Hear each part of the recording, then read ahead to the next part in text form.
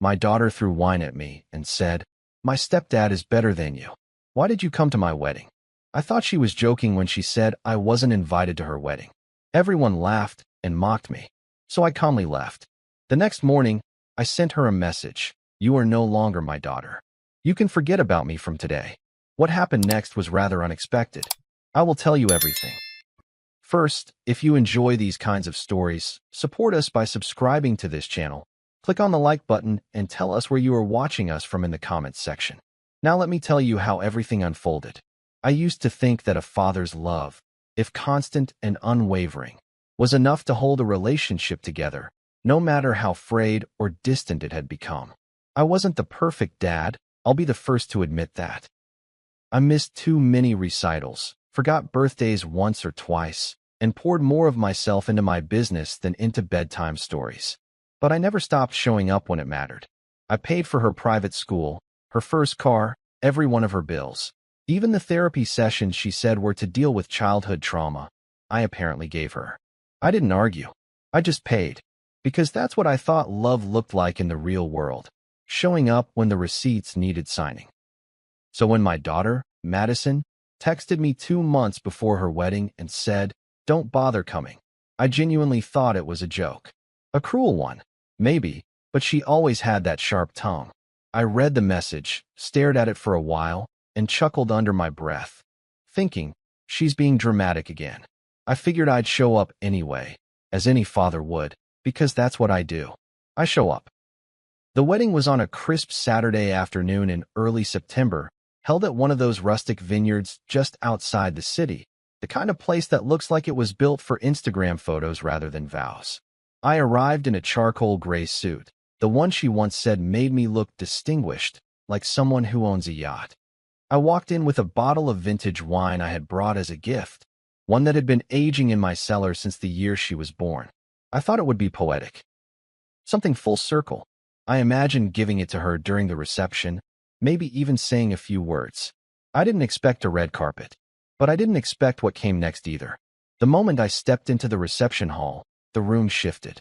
Heads turned, and for a second, there was a pause, an odd, sharp silence. Then laughter. Not the warm, welcoming kind. The cruel, mocking kind, as if I were the butt of a joke that everyone else was in on. And in the center of it all, my daughter, my Madison, stood there in her wedding dress, wine glass in hand, smirking like a villain in someone else's story. "What the hell are you doing here?" she said, loud enough for the room to hear. Some people gasped. Others laughed harder. I blinked, frozen in place. My mouth opened, but nothing came out. I must have looked ridiculous standing there, still holding that bottle of wine like an idiot. I took a step forward, thinking she'd crack a smile and say, "Gotcha," like she used to when she pulled pranks as a kid. But instead, she raised her glass, looked me dead in the eye, and with the calm of someone placing a final chess piece, she said, "My stepdad is better than you. Why did you come?"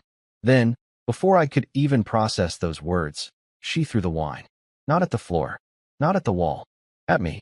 A splash of red hit my shirt, my jacket, even my face. The crowd erupted. Some in horror, most in laughter. One of her bridesmaids actually clapped. I didn't say a word. My heart pounded in my ears, drowning out everything else. I looked at her one last time, waiting for a flicker of remorse, a hint of the little girl who once held my hand during thunderstorms. There was none. Just that same cruel smirk, the same dismissive eyes. So I did the only thing I could. I placed the bottle of wine gently on the nearest table, turned around, and walked out. I didn't run. I didn't curse. I didn't ask why. I just walked, each step heavier than the last, the laughter still echoing behind me like a chorus of betrayal. Driving home, the silence in the car was suffocating. I could still feel the wetness of the wine on my chest, the sting of her words settling deeper with every mile. I kept trying to find an explanation that would make it hurt less. Maybe she's drunk. Maybe someone told her I was coming and she felt cornered. Maybe this is some twisted cry for attention. But deep down, I knew none of that was true. Madison had made her choice. And it wasn't me. What broke me wasn't the wine. It wasn't the public humiliation. It was the realization that I had shown up thinking I was still her father, and she had decided a long time ago that I wasn't. And somehow, I had missed it. When I got home, I took off my suit, poured myself a drink, and sat alone in the living room staring at a framed photo of us from when she was 9. Her smile in that picture used to be my favorite thing in the world. I remembered how proud she was that day. We had built a treehouse together, and she kept calling me the best dad ever. That little girl was gone now. In her place stood a woman I didn't recognize. And I had to finally face the truth. I wasn't the father of the bride. I was a stranger with a wallet. That night, I didn't sleep. I just sat in silence, heartbroken but strangely calm. Around 6 a.m., I picked up my phone and typed the message with shaking fingers. You are no longer my daughter. You can forget about me from today. I stared at it for a long time before pressing send. When I finally did, I felt something shift inside me. Not peace, not anger, just finality. A door closing, a bond severed. I stood up, walked into my home office, and began making the calls that would set the rest of it in motion. The first call I made that morning was to my bank. My voice was steady, which surprised even me, considering how wrecked I felt only hours before. I told the representative I wanted to remove all authorized users from my personal credit cards, especially Madison. She'd had access to them since college, a safety net I never pulled away, even when she started earning on her own.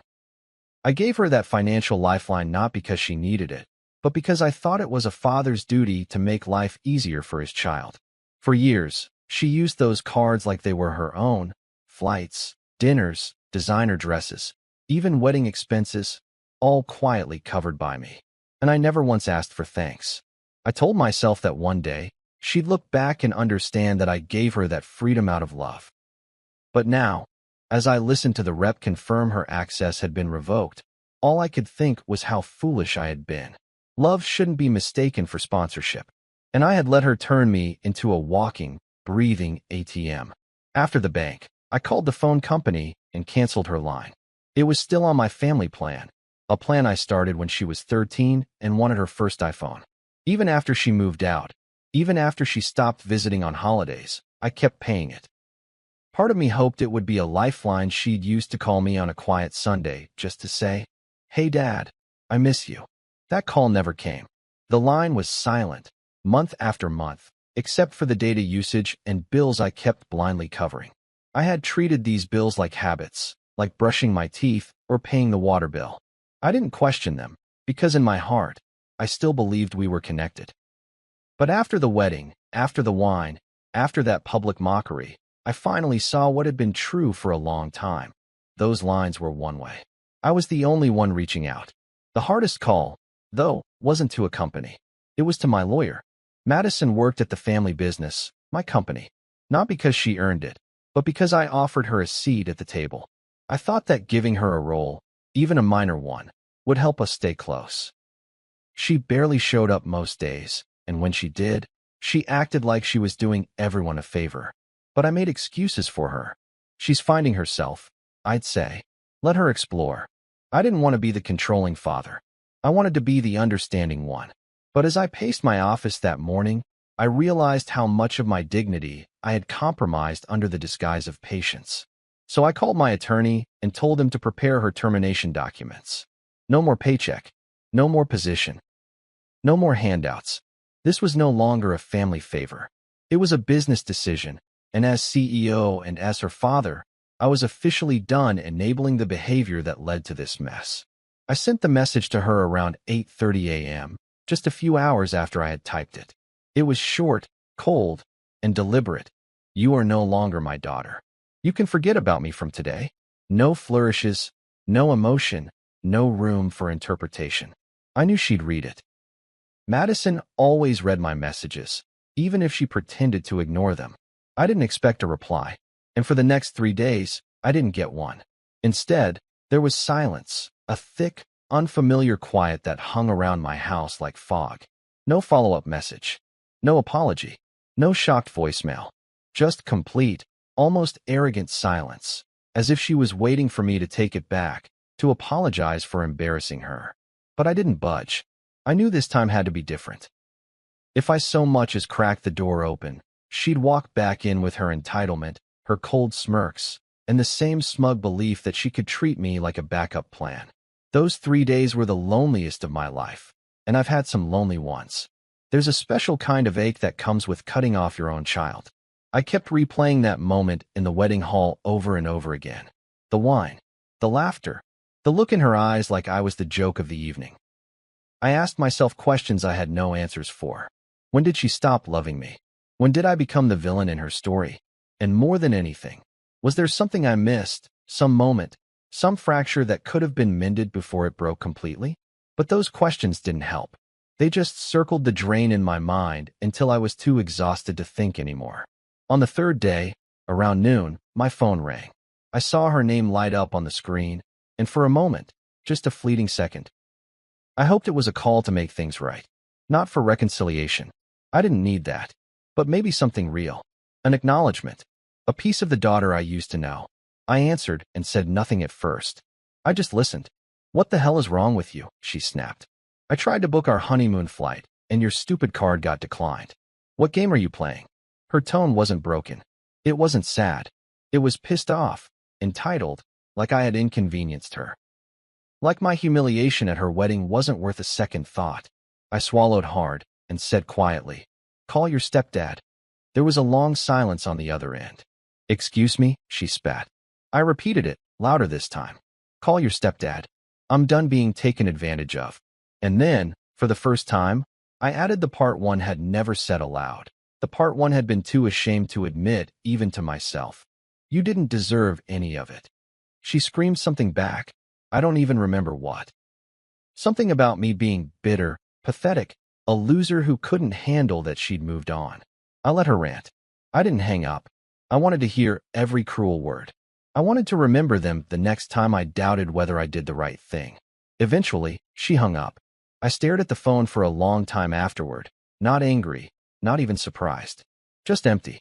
Like all the air had left the room and taken something essential with it. I walked outside and sat on the porch, letting the late summer heat soak into my skin. Across the lawn, a neighbor's kid was riding a scooter, laughing, carefree. And for a moment, I felt the weight of every fatherly instinct I still carried. I hadn't stopped being a father. I had just stopped being her father. And there was a strange, aching peace in that realization. I hadn't abandoned her. I had protected myself, for the first time in years. 3 days after I cut her off, after the wine and the text and the silence that followed, I got the call that should have broken me. Instead, it clarified everything. I was at the office that morning, sitting behind the same desk that had once held her preschool drawings and later, her internship paperwork. I remember staring at a faded crayon sketch of a lopsided house and stick figure versions of us, me with square glasses, her with yellow scribbled hair. And thinking how impossible it was that the same hand that once drew those lines now pointed a wine glass at me like a weapon. My phone buzzed with a name I'd known all her life. Madison. There was a tight knot in my stomach, but I didn't hesitate to answer. I wanted to hear her voice. I needed to hear who she had become without my help. "What the hell is wrong with you?" she snapped before I could say a word. No greeting. No softness. Just venom, sharp and immediate. I tried booking our honeymoon flight, and the card declined. "I'm stranded at the airport with Jason like a damn fool. Are you seriously doing this right now?" Her voice rose with each word, layered with outrage, not confusion, not even sadness. She wasn't calling to ask what had happened. She knew what had happened. And more importantly, she knew why. But entitlement, it turns out, doesn't leave much room for accountability. I could hear airport noise in the background. Announcements, chatter, the faint beep of scanners. For a brief second, I imagined her standing there in designer sunglasses and a white carry-on, flustered and furious, while Jason scrolled through his phone like this wasn't his problem. That's when it hit me. She didn't want a father. She wanted a sponsor. She wanted a fallback plan when the image of her perfect life cracked. I didn't yell. I didn't raise my voice. I simply said, "Call your stepdad." The line went quiet, just for a beat, as if she couldn't quite process the shift in power. "Excuse me," she hissed. I said it again, slowly, like I wanted her to taste every syllable. "Call your stepdad." There was a pause, and then the explosion. "You are such a bitter old man," she barked. Is this your little revenge for the wedding? Grow up. You embarrassed yourself. Nobody wanted you there. You made everything worse just by showing up. You looked pathetic. That's why everyone laughed." Her words came fast, cruel, rehearsed. And each one was a nail in the coffin. But strangely, they didn't hurt the way I expected them to. They didn't pierce. They confirmed. She wanted to punish me, not for what I did, but for no longer letting her walk all over me. I let her rant. I listened to every insult. I wanted to remember them, not out of spite, but for clarity. Because when grief plays tricks on the heart, it's easy to romanticize what was never real. She kept going, accusing me of manipulation, calling me a narcissist, telling me I was never really a father, just a guy with money. And maybe part of that was true. Maybe I had leaned too hard on financial gestures instead of emotional ones. Maybe I had used my wallet when I should have used my words. But I also knew that money was never the point. It was the care behind it, the quiet, invisible love of always catching someone before they fell. I didn't know her money. I gave it. And she spat it back in my face like it meant nothing.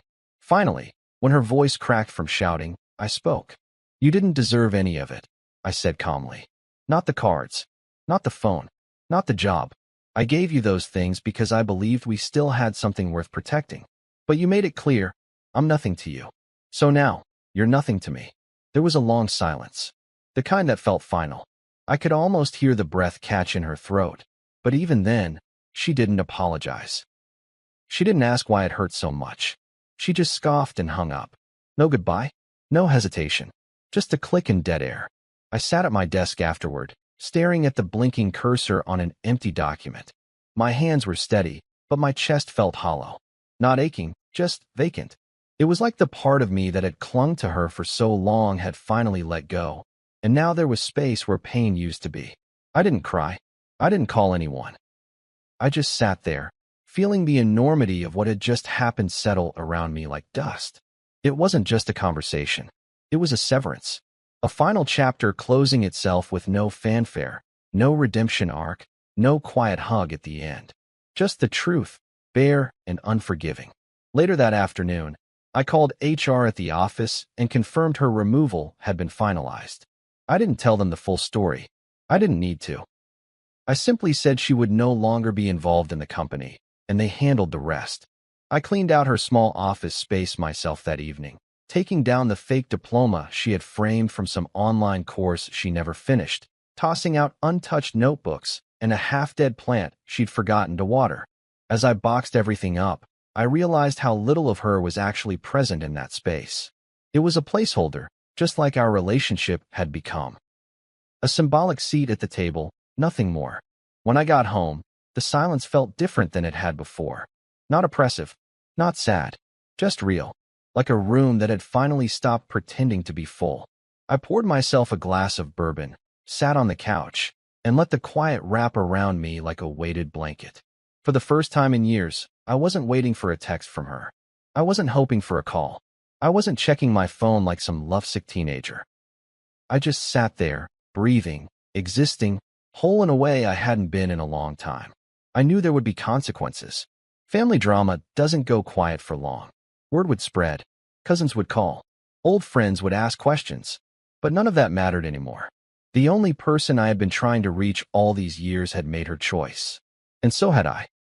And in that moment, as the sun dipped low outside my window, painting the room in golden shadows, I felt something I hadn't felt since she was a little girl and used to fall asleep in the back seat after long drives. I felt peace. The gossip started the next morning, like it always does in families where loyalty runs thinner than blood. It began with a text from my sister, Lena, short, sharp, and clearly laced with judgment. "What the hell happened at the wedding?" That's all she wrote. But I could already hear her voice behind the screen, the high-pitched skepticism that always made me feel like a kid again, like I was being scolded for something I didn't know I'd done wrong. I didn't answer. I wasn't ready for whatever performance Lena had rehearsed with the rest of the family. It had only been a few days since I pulled the plug, on the money, on the business ties, on the title of Dad, that had become more of a punchline than a role, and already, the secondhand noise was starting. I knew Madison wouldn't call me to explain herself, but I underestimated how fast she'd run to her audience. And they were ready, eager, even, to hear her version. By noon, 3 more relatives had messaged me. My cousin Darren, who I hadn't spoken to in 2 years, asked if I was feeling okay, as if maybe I'd lost my mind. My Aunt Dolores left a voicemail full of long sighs and passive-aggressive concern, hinting that Madison was in tears and trying so hard to fix things, which I knew was a lie. Madison didn't cry. Madison complained. There's a difference. And then came the kicker, a call from my mother. I stared at the screen, hesitated, then picked up. I didn't want to, but I knew if I let her go to voicemail, she'd just show up at my house uninvited, and I wasn't in the mood for surprise visits or guilt trips served with homemade cookies. Is it true? She asked before even saying hello. Her voice was soft but stern, like a warning wrapped in worry. I stayed quiet, waiting. That you cut her off? Fired her? Canceled her phone and everything? I sighed. Yes, Mom. It's true. She clicked her tongue, that disapproving little sound she'd used since I was 5, and broke her favorite vase. You didn't even try to talk it through? I nearly laughed at that, the irony so thick it almost choked me. Talk it through? She threw wine at me in front of 200 people and told me her stepdad was better. That was the conversation. My mother paused, likely processing the image. But instead of outrage or comfort, she sighed again.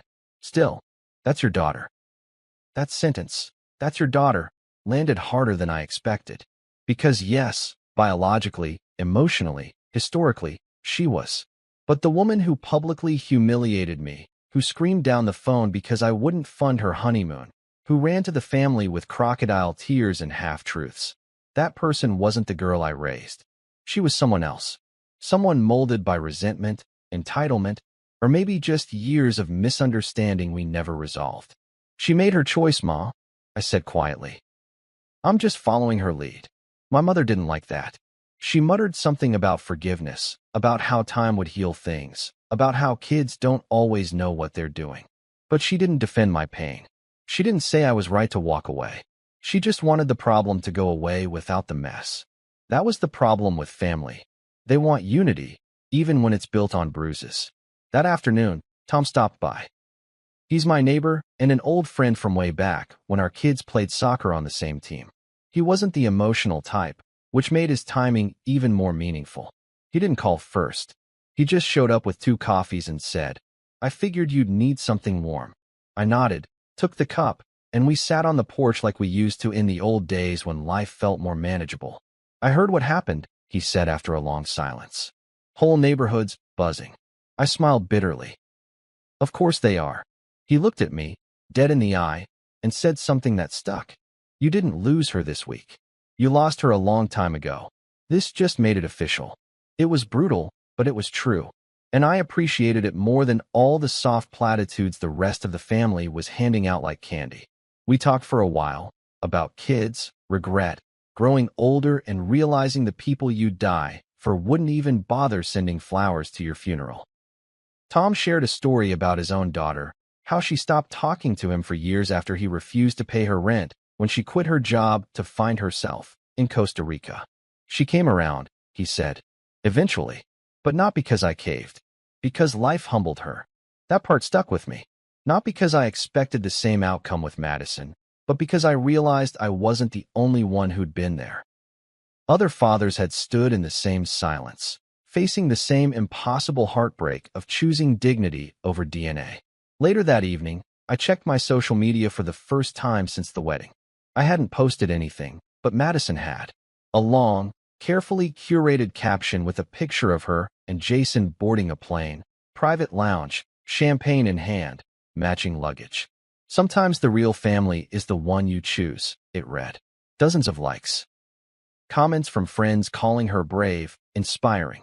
One of her college friends wrote, "So glad you cut out toxic energy. You deserve peace." I stared at it, equal parts stunned and numb. There I was, reduced to toxic energy. The man who paid her tuition, drove her to every internship interview, who stayed up with her the night her dog had to be put down. I was now a footnote in her self-love narrative. And still, I didn't comment. I didn't reach out. I didn't defend myself. Because when you've been cast as the villain in someone else's story, trying to rewrite your part only makes you look desperate. That night, I turned off my phone, sat down with a pen, and wrote a letter I never intended to send. It wasn't angry. It wasn't poetic. It was just mine. I wrote about the day she was born, how terrified I was holding her in my arms, how I promised then and there to never let her down. I wrote about her first day of kindergarten, the time she cried when I forgot her lunch, how I drove back across town just to make sure she had her favorite juice box. I wrote about the years I thought we were unbreakable and the slow erosion I ignored out of fear. I wrote it all, not for her, but for me, to remember that I hadn't always been this cold, that I had tried, that my love was once loud, messy, and full of effort, and that somewhere along the way, it had died from neglect. I folded the letter and placed it in my desk drawer, next to the photograph of us building her treehouse, the same one that used to sit on my nightstand. I didn't cry. I didn't feel peace. But I felt clarity. And sometimes, that's all you can ask for when the people you love most teach you how to live without them.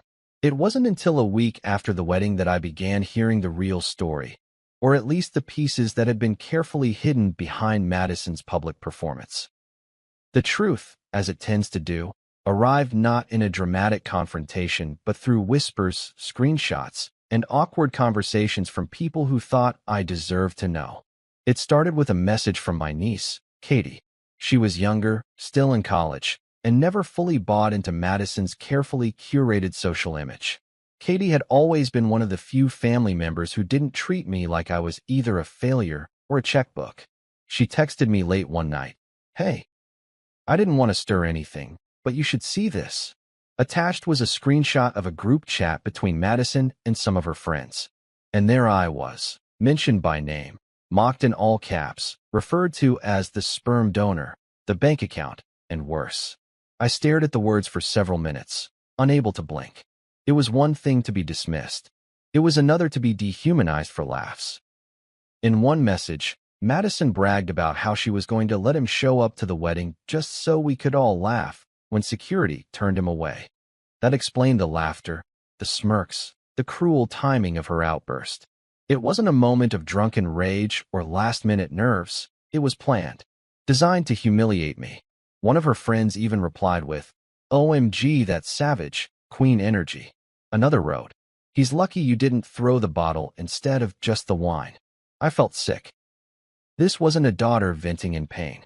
This was a daughter enjoying the destruction of a man who had done nothing but try to show up, even when he wasn't wanted. It wasn't rebellion. It was cruelty. And the worst part? They were all laughing. But what stunned me more than the group chat was the thread of messages involving Jason, her stepfather. In a separate exchange, Madison told a friend, "Jason says I should cut off Dad completely. He's always thought Dad was just a try-hard loser anyway." Can't believe I wasted so many years pretending to care. That sentence hit harder than anything she'd said to my face. Because I'd always suspected that Jason, the man her mother married when Madison was 16, wasn't exactly fond of me. He was passive-aggressive at best and dismissive at worst, the kind of guy who shook your hand but never looked you in the eye. I'd kept my distance, partly out of respect, and partly because every interaction with him felt like a silent competition I hadn't signed up for. But I never once spoke ill of him to Madison. I never made her choose. I never compared bank accounts or parenting styles or tried to edge him out. I just stayed in my lane. And now, I was learning that he'd been sowing seeds against me behind closed doors for years. I reached out to Katie and thanked her for sending the messages, though I could tell she felt awkward about it. "I know she's family," she wrote. "But what she did was messed up. You didn't deserve that." That was the first time anyone in the family had said those exact words to me. Not, "Give it time." Not, "She's just emotional." But "You didn't deserve that." And it hit me how rare that validation had been throughout this entire ordeal. Most people wanted me to be the bigger person, to forgive, to absorb the damage and smile anyway. But not Katie. She saw the manipulation for what it was.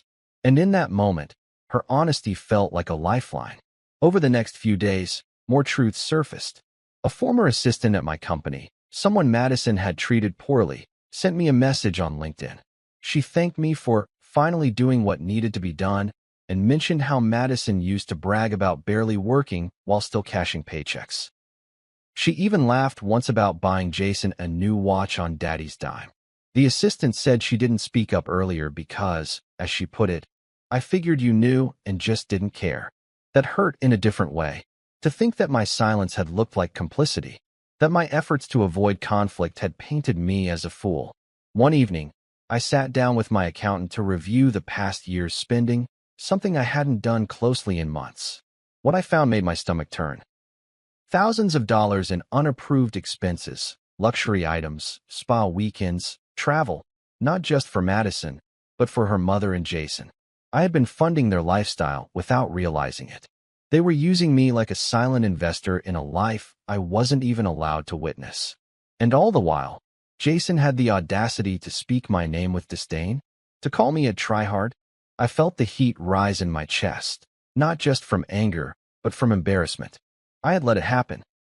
I had handed them the keys to my generosity, and they had driven it straight into betrayal. I called a friend that night, Dave, an old college buddy who ran his own business and had gone through a bitter divorce with similar parental manipulation. I told him everything. The wine, the call, the group chats, the stolen money. He didn't say much at first, just listened. And then he said something that stuck with me. They're not mad you walked away. They're mad the ATM finally asked for a PIN. That made me laugh, not because it was funny, but because it was painfully true. They didn't want me back. They wanted the benefits of my presence without the burden of respecting it. The next day, I went back to the lawyer, not just to update the business paperwork, but to begin revising my will. Madison was removed as a beneficiary. All trusts dissolved. The family home would go to charity. The business would transfer to a foundation. I didn't do it out of spite. I did it to make a statement. Not just to her, but to myself. That love, real love, cannot thrive in places where manipulation masquerades as family. That blood may be thicker than water, but dignity is thicker than both. By the end of that week, my phone had gone quiet. Madison hadn't called again. Jason hadn't reached out. Her mother sent one vague message that said, "You really know how to cause a scene," as if my boundary setting was the problem. I didn't respond. I didn't need to. For the first time in years, I felt like I wasn't playing defense anymore. I wasn't chasing approval or holding out hope. I was just done, and it felt like freedom. 3 weeks passed without a single word from Madison. Not a call, not a message, not even one of those passive-aggressive posts she loved to make when she wanted the world to believe she was healing from something traumatic, when really, she just hated being held accountable. I checked her socials one more time, out of habit more than curiosity, and saw she had changed her last name on every profile. She was now Madison Carter, Jason's last name. Not hyphenated. No mention of the name I had given her, the name that once sat proudly on her diploma, the name she used to draw hearts around as a child. It was gone, erased, like I'd never existed.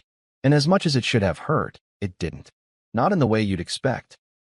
It felt more like a final click of a lock turning, a quiet seal on a door that had already closed weeks ago. What struck me in those following days wasn't the silence, but how peaceful it felt. My house was still. My phone, mercifully calm. I no longer lived with the constant tension of wondering when the next crisis would land in my lap, the next demand, the next ungrateful sigh over a favor she'd never return. The emotional bandwidth I had spent for years trying to win back her affection, trying to mend something that was already broken beyond repair, it was suddenly mine again. And in that quiet, I did something I hadn't done in years. I started living like I wasn't constantly waiting to be needed. I woke up early, made coffee just for myself, and took long walks through the neighborhood. I read books without checking my phone every 10 minutes. I called old friends, rekindled connections that had fallen to the side while I was too busy trying to fix something that didn't want to be fixed. But even in this newfound stillness, there were reminders. Little echoes of her presence in my home. Her old bedroom door, slightly ajar, revealing the faded blue walls and an empty bookshelf. A box of trophies and school photos I had packed away but never thrown out. The piano she never finished learning to play. Some nights, I'd sit in the hallway with a glass of whiskey, staring at that room and wondering when she had stopped being mine. Not legally, not biologically, but emotionally. Maybe it had been during the divorce. Maybe when Jason started buying her things I wouldn't. Or maybe I had always been temporary in her eyes, a placeholder until something shinier came along. I didn't have the answer. I probably never would. But what I did know was this. I had done my part. I had shown up.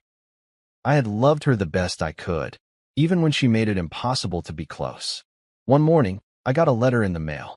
No return address, but I recognized the handwriting immediately. It was hers. I stared at it for a long time before opening it. Inside was a single page, typed, not handwritten, as if even now, she couldn't bring herself to touch the paper directly with emotion.